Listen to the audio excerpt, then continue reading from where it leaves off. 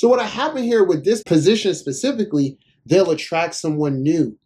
And the new person will make them realize how much more work they need to do to feel how they want to feel. And like I said, a lot of times this Venus, rather than commit fully to the work and keep going, at that point where they realize they're not yet good enough, they turn back. They turn back to the abuse and the low vibrational relationships. This is real, people. What's going on, world? It's your boy Gemini Brown here, back with another episode of Nalo Kicking Knowledge. Today, we'll be discussing Venus, and we'll be talking about specific Venus placements that will force you to level up before you can have your ideal dream, job, relationship, romance, all of that. So let's get into it.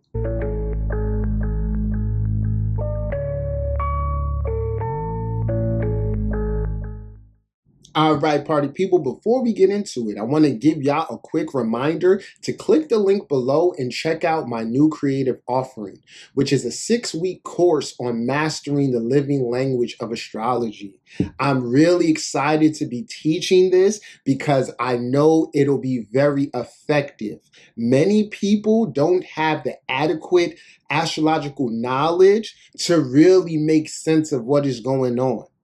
I don't want you to just come here and listen to me and others and assume you know what's going on. And then when you're asked personally, you don't really understand transits. So I really encourage anyone who's interested in elevating their knowledge. Uranus is in Gemini right now. This is one of the offerings being given in order to liberate your mind and kind of shift into a new reality. So check it out. And I look forward to working with whoever's interested. Today's episode is about relationships. We're going to look at your Venus placement, specifically the house that Venus is in.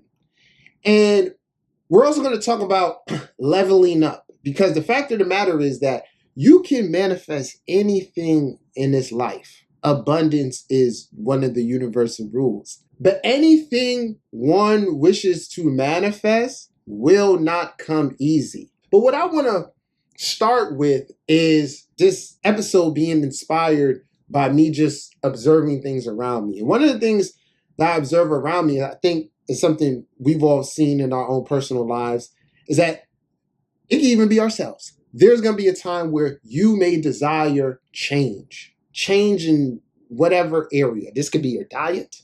This could be your living situation. A lot of times it's your relationship with others, right? I deserve more. I deserve better than this. This isn't in sync with me, right? And that's fine, because life is about evolving and leveling up. And not all relationships are meant to grow with you. Okay? So when a person undergoes that, they're doing something correct. They're answering the call to grow. And I'm letting you know, depending on factors within your chart, a major part of the story and it moving forward is contingent on you leaving, particularly that old relationship or old way of being. Okay? That's the level up. It's less about the person, but more about what the person in that relationship and energy represented. It's a lot of times it's about staying away from the circumstance and going into newer circumstances with new mind states, new desires. And then that comes in the form of new people who can hold the charge for that. One of the saddest things I find is that when a person desires change, and we're all different here.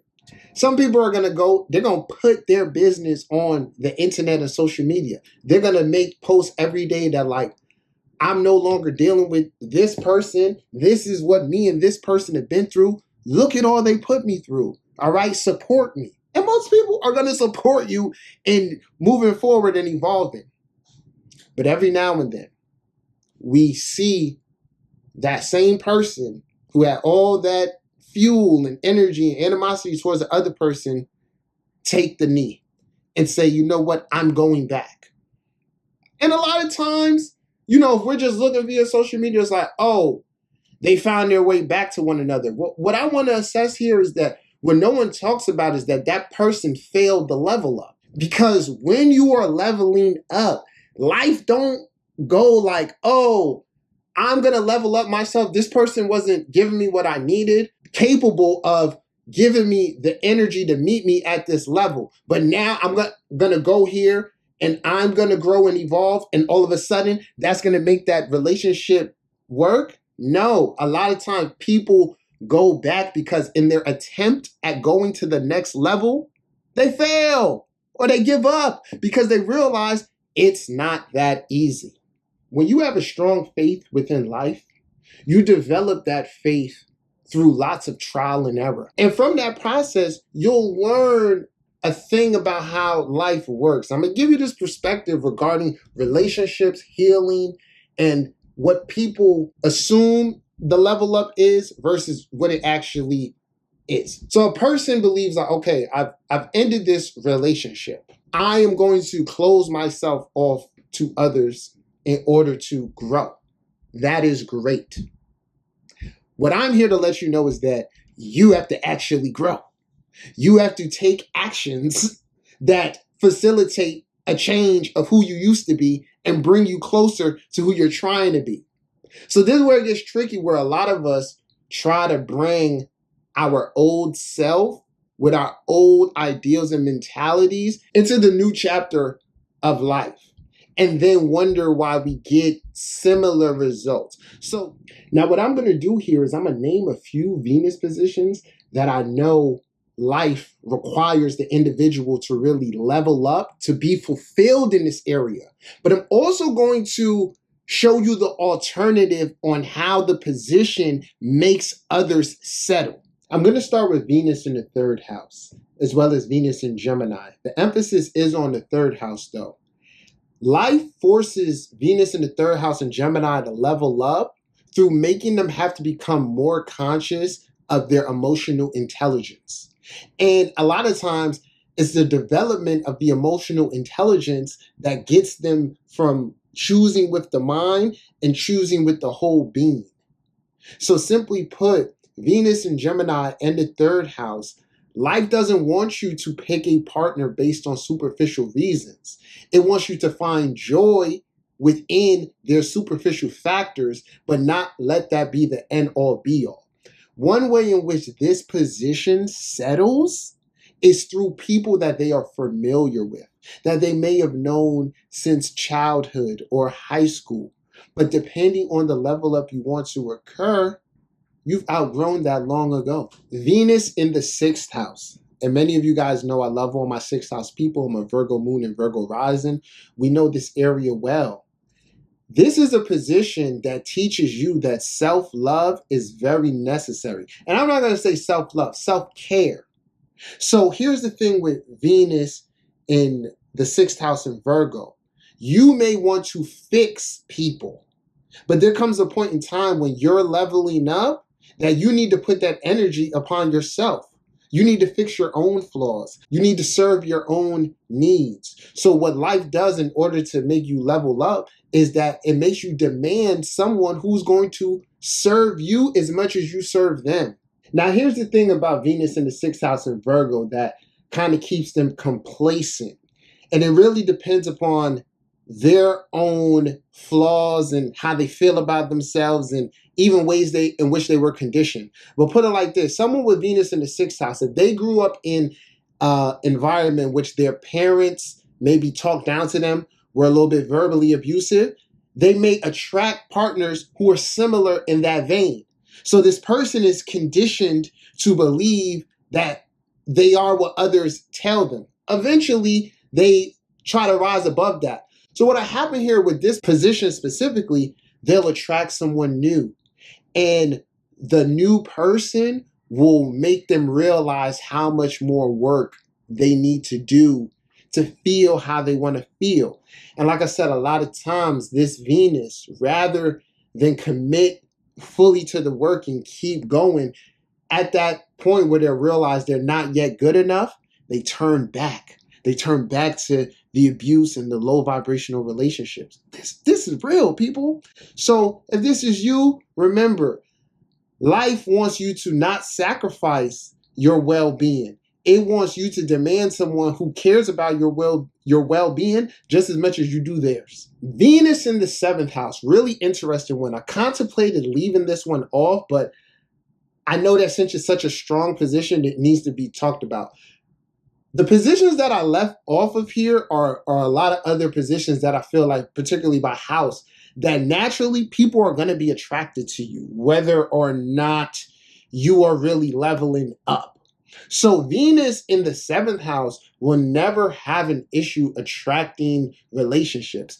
But when we talk about harmonious relationships and one in which the mirror is clear, this takes a lot of work to arrive at.